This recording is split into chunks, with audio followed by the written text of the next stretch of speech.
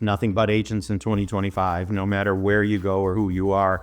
Just like it was all Gen AI for the last 2 years, it's going to be agents for the next 2 years. This episode is brought to you by Greenskies Analytics, an audit analytics service provider that works with internal audit departments that have data analysts and are still frustrated with trying to make analytics actually work, aren't getting the expected ROI, who can't break through the communication barrier between the analysts and the audit team, and those that need experienced direction for an audit analytics strategy and process. Those that feel like they've wasted time and money on trainings, aren't getting the value they want, not prioritizing the highest risk areas for the organizations, or have projects that seemingly never get completed. Do you deal with any of that? If you do, go to the show notes of this episode and click the Greenskies Analytics link, or go to greenskiesanalytics.com to schedule a call and understand how Greenskies Analytics makes analytics actually work for internal audit. Hello, everybody, and welcome to another episode of the Audit Podcast. I'm your host, Trent Russell. Today on the show, we have John Thompson. He basically is the AI leader for Ernst & Young. So enterprise-wide AI. If you have some kind of LLM solution internally at your organization, John is the one that would basically built that, but for EY. And so as you might imagine, most of the conversation revolves around AI. 2025 is the year, I think John said 2025 and 2026, the years of agents. And so that's largely the entire episode. And so I feel like we're publishing enough agent content early on that you aren't tiring of it yet, but you soon will. If you're tired of AI already, if you're tired of hearing about ChatGPT or OpenAI or any other AI tools that are out there, you're going to get tired of hearing about agents very quickly. But they are mind-blowing, and they are going to make a legit difference in your organization and within your internal audit department. So, you know, in all likelihood, people are getting, very excited about agents. The folks in techs are going to stay, excited about it, but others are going to kind of go, okay, I'm tired of hearing about this at some point, whenever that is. Highly encourage you to keep going at it and get interested in it, because the same way ChatGPT and other LLMs and AI solutions that you're hearing about right now, and just the massive difference that they can make, this is going to be that times pick a number. All right, with that said, here we go. So especially given your position, I am extremely curious, any novel uses or creative uses, go-to uses, something like that the audience might be able to leverage relative to how you've used ChatGPT, Llama, Claude. The list seems like it's getting longer every time I ask this question now. But it is getting longer. There's no doubt. Anything LLM based, rather, that you've been doing lately that you'd want to share. One thing that I like to use any of the LLMs for, we've had our hands on all of the ones you listed and more, is I always like to double check new cities I'm going to, or cities that I'm visiting or revisiting, like London and others. I always ask ChatGPT or Llama or whichever model, Mistral, whichever one I've got my hands on, to write me an itinerary for the time that I'm going to be in town. And it always comes up with interesting restaurants and bars and things like that. Not that I'm going to, use that itinerary, but it's generally pretty good for saying, oh, hey, have you heard about this Lebanese restaurant? Or have you gone to this Greek restaurant? Or, this new cocktail bar has popped up. So I use it as making sure that I understand the latest and greatest things in all the cities that I'm going to around the world. I like the itinerary one. And what I'm thinking about adding to mine, now that you said that, is I like reading historical fiction. Mm-hmm. And so to even say, I feel like the Da Vinci Code or something is what tops the, most historical fiction. Like that one's pretty high up there to go, hey, I'm going to Florence or wherever. I read this book, give me an itinerary that I would. So it like aligns, because I remember we went on this like Mediterranean cruise after a point, and someone told me to read Inferno. So one of the other ones that he wrote. And so I read it on the cruise. And so as we're like cruising, I was like, oh, I'm going to be in, Florence tomorrow. And so like, I want to go see this thing. But obviously like I didn't take very good notes. And so I'm sure a ton that I missed. So I kind of like that spin. I'm going to do that when we get done, just see what it comes up with. I had someone basically say this to me recently, and they said, "Hey, our CEO said go do AI." And so I know, like John, I know like audit isn't your background necessarily, and so if you could think about it from the CAE perspective, great, but that's fine if not too. Like we can just keep it at the executive level. Your CEO says, like you're at a different company, they bring you in and go, John, go do AI. What do you do? Like, and as not detailed necessarily as you can get into, but as tactical, I think, so that the people listening can go, okay, this is kind of some set of a framework to follow here. It's kind of interesting that you say that, because that's basically what they did 2 years ago when I walked into EY. They Perfect. said, hey, this Gen AI thing has exploded. What should we do? So, we went in and said, okay, we've got, we spent a lot of time with the InfoSec, risk management, data privacy, and legal teams, because we wanted to build something that would be useful for all 300,000 employees that could get their hands on it. So what we did is we got all those guidelines from all the governing functions, and then we built a tool that would allow people to engage with a large language model in a way that they couldn't make a mistake. They couldn't put in the wrong information. They couldn't use the information in a nefarious way. Well, if they tried really hard, they could.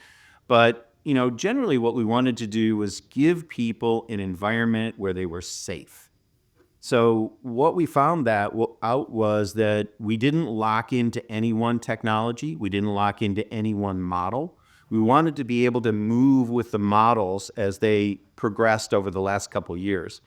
So generally what you'd like to do is build an environment that's cost effective, that's easy to access, that allows your employees or clients or partners, whoever's doing it, to have a feeling of security that they can't make mistakes. That's what I would tell people to do. Got it. And when you said put in the wrong info, is that where you go like PII and that kind of more sensitive, confidential? Is that what you mean by wrong? Yeah, in our world, in EY's world, our information is classified as C1 data. That's anything you can find on the internet. C2 and C3, increasing levels of privacy and security, and C4, which is PII, PHI, confidential financial information and things like that. So what I said to the teams was, we want to be able to put in C1 through C4 and be safe. So that's the way I think about it, is that, hey, anybody can put stuff in from the internet. That's, that's fair game for anybody. Yeah. But as you move up to those other levels, you want to make sure that your employees are, in a safe space.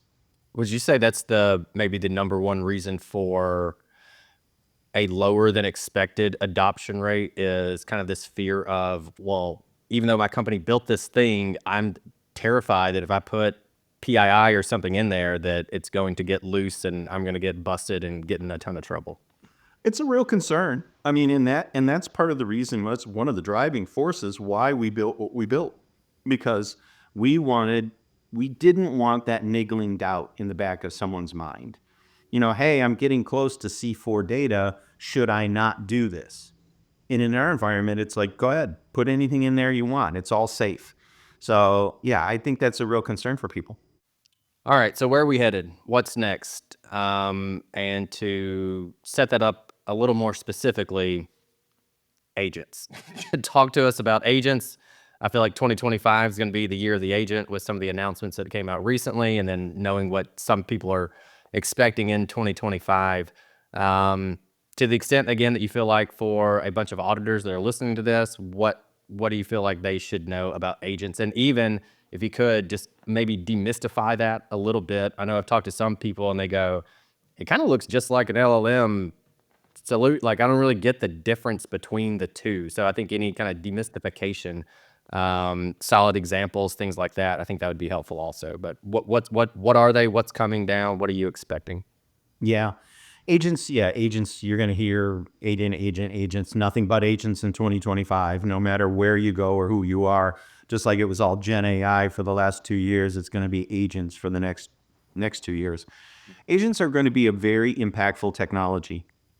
You do hear from people that, hey, I can't differentiate between an LLM and an agent, and that's an issue. That's an issue for all of us. We need to help people understand the difference there. There will be large language models behind agents, but there'll be lots of other things behind agents as well.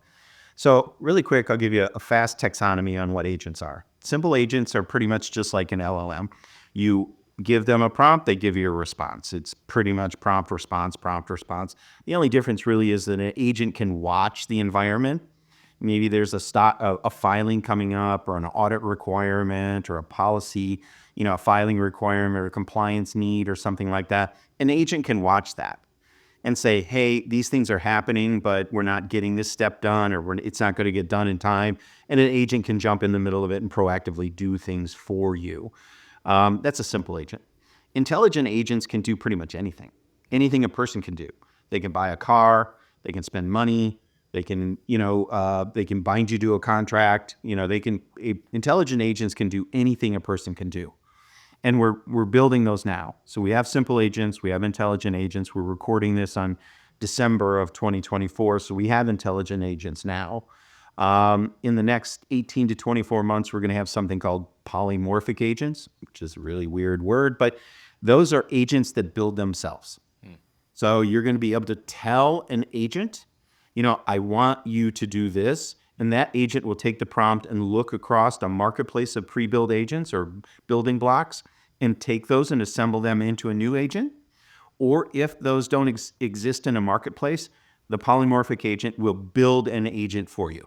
Okay. So it will start from scratch, or you could give it 1 or 2 steps, or you can do whatever you want, and it will go off and build it all. So in the next 2 years, that's what you're going to see transpire in the area of agents.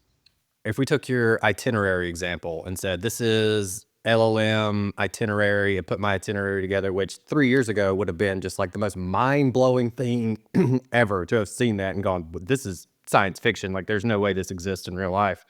But if we took that and said, okay, if we made it agentic to some degree, how would you expand on that? What would your expectation of an agent that plans your itinerary for you? What would that do? Yeah, the great thing about it, when people think about agents, they usually think, oh, it'll, in the travel context anyway, it'll book a hotel room for me, or book my airfare. And that's true, it will.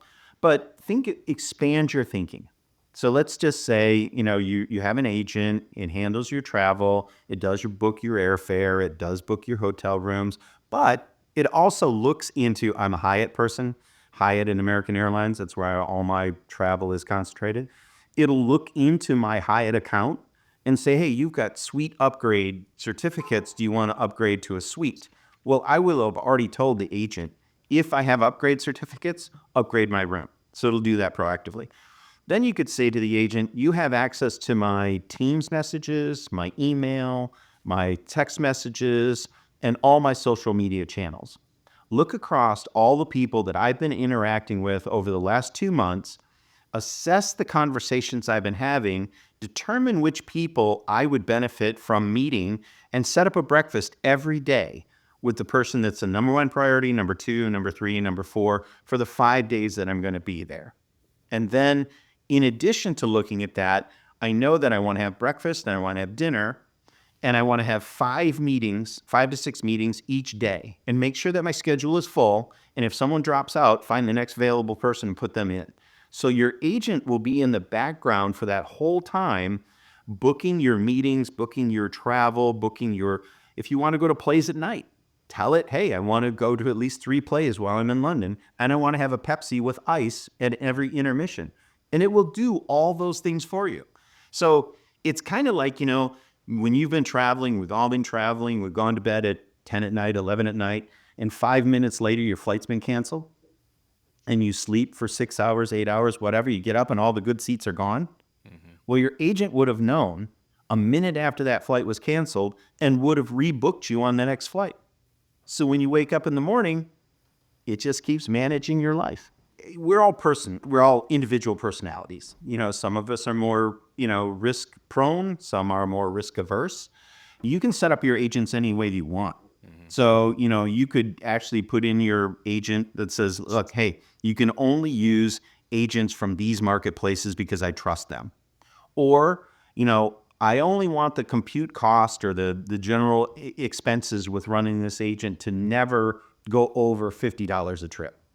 Or you can never spend more money. You can never spend more than $5, or you can put airfare on hold, but you can't commit me to it.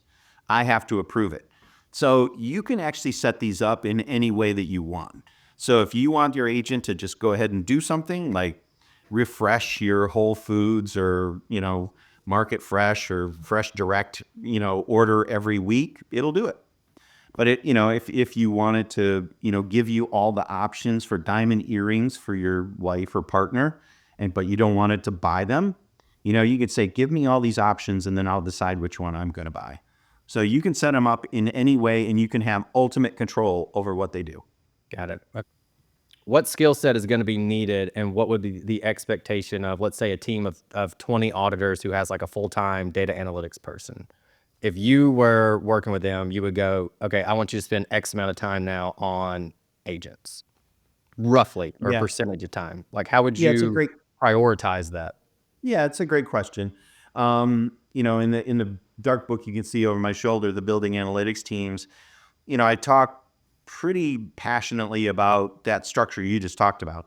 You've got subject matter experts, in this case, they're auditors, and then you've got a full-time data science person. Or if you've got 20 auditors, you probably need 2 or 3 data scientists, to be honest, to get the mix right. And the way I would see it is that the auditors would probably spend between 10 and 20% of their time working with the data scientists, who would be working 100% of their time to build Gen AI solutions and agentic solutions. Mm-hmm. So the data scientists would be building out the infrastructure and the agents and all that kind of stuff. And the auditors would be there to quality check what is being done. Just like you said, when the data scientists could build something and they say, hey, if it watches and sees there's a compliance requirement that's going to be triggered that needs to be satisfied in 3 months from now, then the agent will kick off and start to do all this work. But the data scientist would build it so that the agent would start and finish its work and submit its report to the government auditor or the government regulator. And probably the auditor would go, whoa, no. You can have it run all the way up to send me the report. I need to review it. I need to make sure it's accurate. I need to make sure that the formatting's there.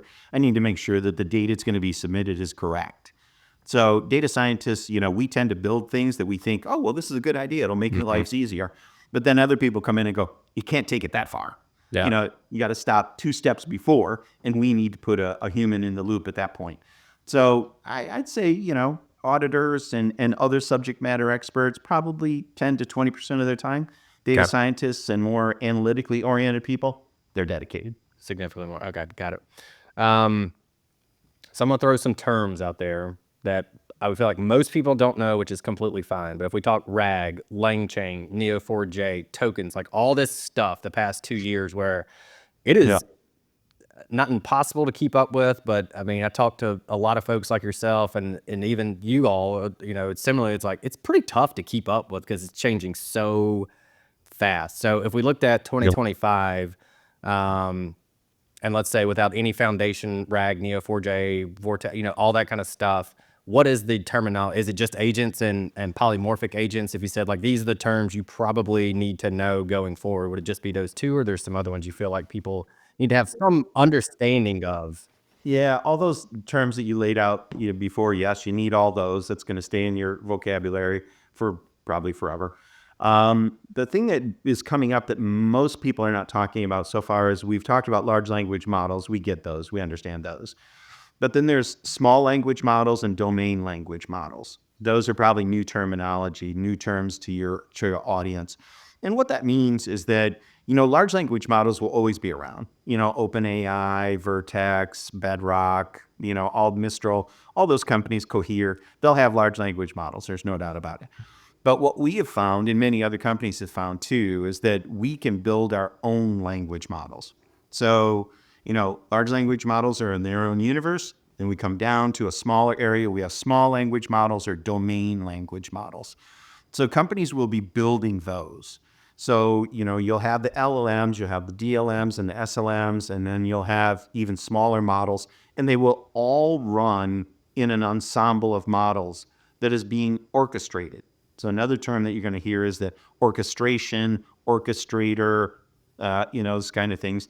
So what we're building is we're building environments where people are putting in prompts, or agents are monitoring environments, or both.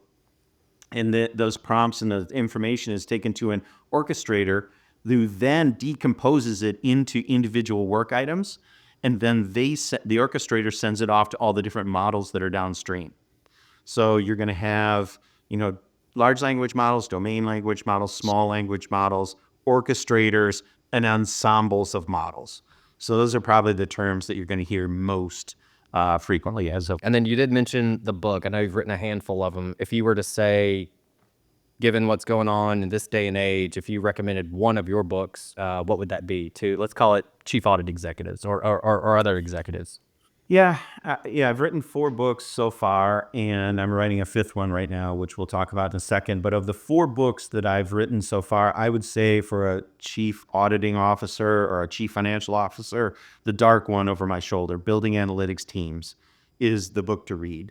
Because what that book does is it gives you, as we were talking about, the vocabulary and the framework to have a conversation with someone who's on the technical side, either a head of data science or chief AI officer or chief data officer. That book gives you everything you need to know to sit down with them and have a productive conversation about how you're going to bring AI and analytics into your organization. Okay. Well, I feel like that set us up perfectly for a segue. Tell us about the new book, John. Sure.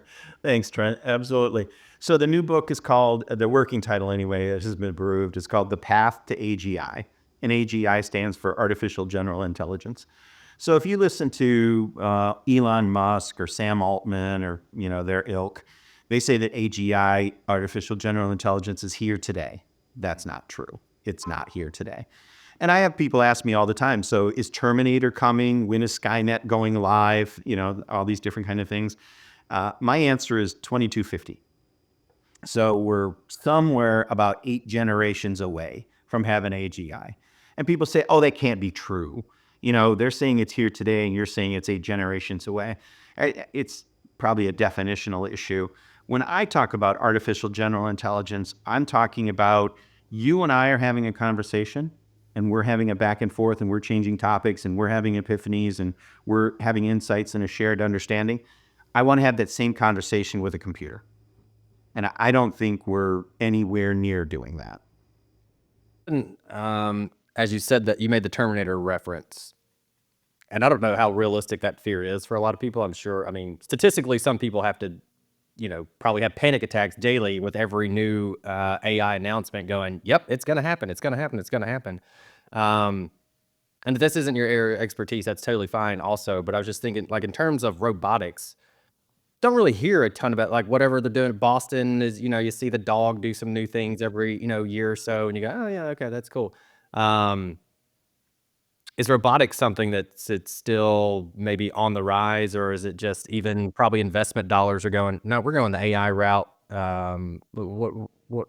Yeah, they're inextricably linked together. Humanoid robots, tracked robots, all those different kind of things are an outlet for AI.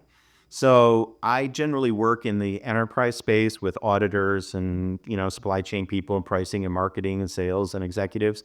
We don't really think too much about robotics, but, when I do get out of my, enterprise space and look out into the consumer world, absolutely. AI is going to drive robotics, and robotics is huge. It certainly doesn't get all the headlines that AI is getting right now. But if you look at Boston Dynamics, many companies in China, different kind of robotics are really racing forward. So AI is going to be in those robotic environments and those humanoids and tracked and all the other kind of flying drones, all different things, undersea drones that we see too, flying drones and swimming drones and all that kind of stuff. So they're almost inextricably linked, as I said. Got it. And I know you've been on hundreds of podcasts, and I know there's certain podcasts that I listen to, and I think, man, I wish somebody would ask me that question, regardless of the topic. Even, it might even be philosophical or something. And even if I was on like another audit podcast, I go, man, I wish somebody would ask me this really philosophical question because I think I have a good answer for it. And it's a really tough question, I feel like, especially kind of on the spot to ask you. But is there a question you feel like, I wish somebody would ask me this question so I could speak to this thing, even though it's outside of, the AI and tech world? Yeah, generally, people, I tend to like to talk about the metaphysical or the existential and all those kind of things. So usually I would like people to ask me questions about ethical dilemmas. Where is this going to take us? Is this something that we really need to be concerned about? Is AI going to hurt or help society? I tend to think those conversations are kind of fun. Let's have that conversation then, because we have a few minutes left. What Sure. is your opinion on that right now? It's always interesting. I grew up watching, Colossus and Terminator and all the dystopian movies about computers. And the one thing that I always thought to myself was, why don't you just unplug it? It's just a computer, just Yeah. go in the back and take the plug out. And then there's always, there's fail-safe power and all this other kind of stuff. The thing that people really don't consider, because it's not their area of expertise, and I get that, is that these are just programmable systems. They're impressive programmable systems, but they're just programmable. So, if you go in and lay down all these policies and all these procedures and all these ethics and everything that you want the model to do, it'll do it. I mean, these models are not made in a way that they're supposed to go off the rails. They're not here to hurt us. Of course, you could program them to be nefarious. You could program them to do bad things, but you have to do that. These computer models are really not anything unusual. Yeah. They're just like accounting systems. It's just you're giving them different instructions. So I really don't worry about, I don't worry about the dystopian future with agents and models and things like that. I just don't see that as something that we couldn't control quite easily. So I feel like similar to how you watch Terminator and you go, well, just unplug the thing. Do you watch Lord of the Rings and go, hey man, just get on the Eagle, fly that thing to the volcano and drop it in there? Like we could knock this movie out in 5 minutes. Thing. I'm like, give the ring to the Eagle and tell them where to drop it. Yeah. And you're done. We're done. Yeah. Save us all about 6 hours. All right. It wouldn't be as fun. Yeah. John, it's been fantastic. Thanks a ton. I know I learned a few things. I'm sure the audience did as well. If you wanted to leave something with the audience, whatever you want to leave the audience with, it can be AI related, it could be work related, professional. If you have an anniversary coming up and you're like, hey, happy anniversary to, whoever, and you send this episode to them as a weird anniversary gift, that would be fine too. But I want to give the floor to you, close us out. What do you want to leave the audience with? Well, if you're really interested in AI, please take a look at, my LinkedIn profile. And if you want to learn a lot about AI, link with me. I don't link with everybody. If there's people out there that want to sell me wealth generation, schemes or franchising operation, don't bother. Don't waste your time. But if you're interested in AI and analytics, link with me on LinkedIn. And I will take a moment to say, happy anniversary, Jennifer. It's our 30th anniversary in March.